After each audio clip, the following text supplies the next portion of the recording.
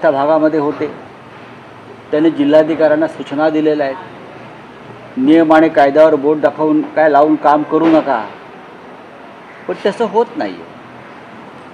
आजच्या कॅबिनेटमध्ये सगळ्यात आधी मदतीचे निकष बदलणं गरजेचं आहे.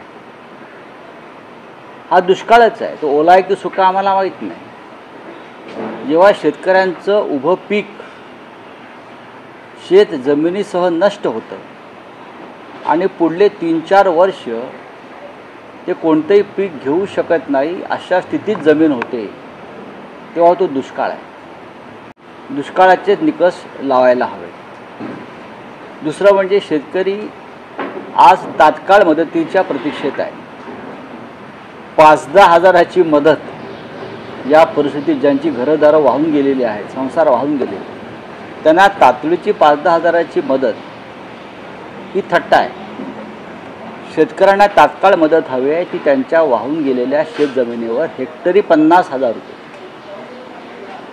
आणि त्यानंतर शेतजमीन पूर्ववत करण्यासाठी त्यांना ती मदत लागेल. ती देण्याची तयारी मानसिकता मला राज्याच्या मुख्यमंत्र्यांची किंवा नेतृत्वाची दिसत नाही. कर्ज वसुलीची जी बँकांकडून जो दट्टा लावला जातो तो थांबवायला हवा.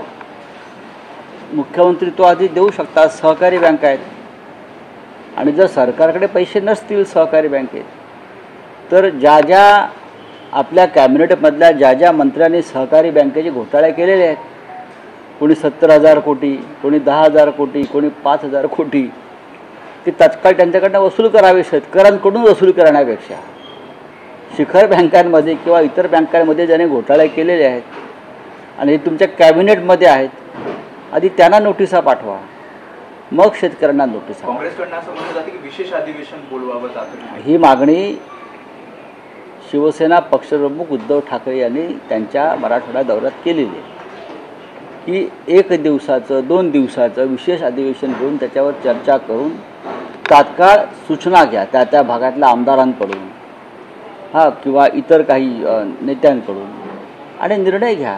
तुम्ही काय करताय हे फ्लोअर ऑफ द हाऊसवर सभागृहात सांगा, तरच त्याला तुम्हाला एक मान्यता मिळेल.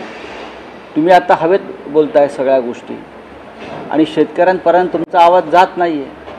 कम्युनिकेशन तुटलेलं आहे अनेक गावांचं आजही. तर काँग्रेसची जी मागणी आहे ती समस्त विरोधी पक्षाची मागणी आहे की एक अधिवेशन तुम्ही तात्काळ घ्या दिवाळीच्या आधी व दसऱ्यानंतर. तात्काळ किती वेळ लागतो आणि तुम्ही त्याच्यावर चर्चा घडवा ना त्या भागातल्या लोकांची.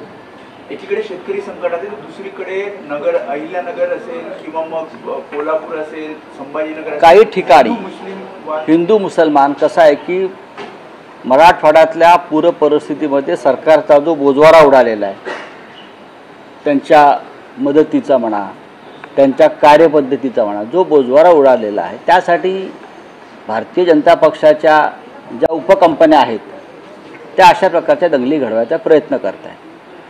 महाराष्ट्रातलं वातावरण खरं म्हणजे आता दंगलीपेक्षा पूर परिस्थिती, अतिवृष्टी ह्याच्यावर चर्चा करण्यासारखं असताना त्याच्यावरचं लक्ष विचलित करण्यासाठी किंवा सरकार कसं अपयशी आहे या सगळ्या मदत देण्यामध्ये, शेतकऱ्यांना दिलासा देण्यामध्ये. अहिल्यानगरमध्ये सुद्धा प्रचंड अतिवृष्टी आपल्याला माहीत असेल आणि अहिल्यानगरमधल्या महानगरपालिका हद्दीतल्या 450 कोटीचा भ्रष्टाचार आम्हीच बाहेर काढलेला आहे, खड्ड्यांचा महानगरपालिकेचा. आणि ते प्रकरण आता न्यायालयात गेलं आत्ता 2 दिवसापूर्वी. ते केलं म्हणून किरण काळे यांना अटक केली आमच्या. या सगळ्यावरचं लक्ष उडवण्यासाठी मग अशा दंगली घडवायच्या. बरं, दंगली घडवणारे कोण आहेत? आज जरी भाजपच्या टिळा लावून कोणी फिरत असले तरी कालपर्यंत ते काँग्रेस किंवा राष्ट्रवादीचेच नेते होते, पुढारी होते.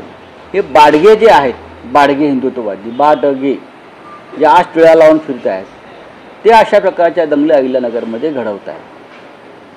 हा देश हिंदूंचा आहे. या देशामध्ये हिंदुत्ववाद राहणार आणि प्रभावीपणे राहणार हे आम्ही सांगतो आहोत. या हिंदुत्ववाद्यांनी ज्यांनी दंगली घडवल्या काल, त्यांनी पाकिस्तानला विरोध नाही केला. त्यांनी हिंदुस्थान पाकिस्तान मॅचला विरोध केला नाही. आज आपण पाहिलं असेल की त्या सामन्याचं मानधन पाकिस्तान खेळाडूंनी तिकडल्या एका प्रमुख दहशतवाद्याच्या संस्थेला संघटनेला दिलं आहे, त्या मसूद अझहरला दिलं आहे. आपण पाहिलं असेल या गोष्टींना विरोध करण्याची हिंमत नाही यांच्यामध्ये. ही जी दंगली घडवत आहेत आत्ता महाराष्ट्रात अहिल्यानगरसह सर्वत्र, हे भंपक आणि बोगस हिंदुत्ववादी आहेत, ते ढोंगी लोक आहेत. अनेक गोष्टी चर्चेतून सुटू शकतात, पण प्रशासनाला सुद्धा आदेश आहेत की तणाव निर्माण होईल अशा प्रकारचे निर्णय घ्या, प्रश्न सोडवू नका. पोलिसांनी अशा प्रकारचं वर्तन करणं हे लॉ अँड ऑर्डरसाठी योग्य नाही. दसरा मेळावा